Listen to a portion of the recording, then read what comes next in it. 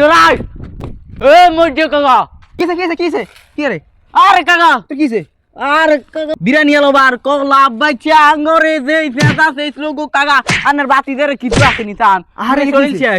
আরে মি এত গলা বাইয়ে করে লাইছি দেন নবান ঠিক করেন ঠিক হয়ে গেছে কে কিছে কলা বাচ্চার বিরিয়ানি এলো ভাই এমন ফেতা সেই ইচ্ছে বা তুই কষ্ট বলে আগে গেল আমি বুঝে কষ্ট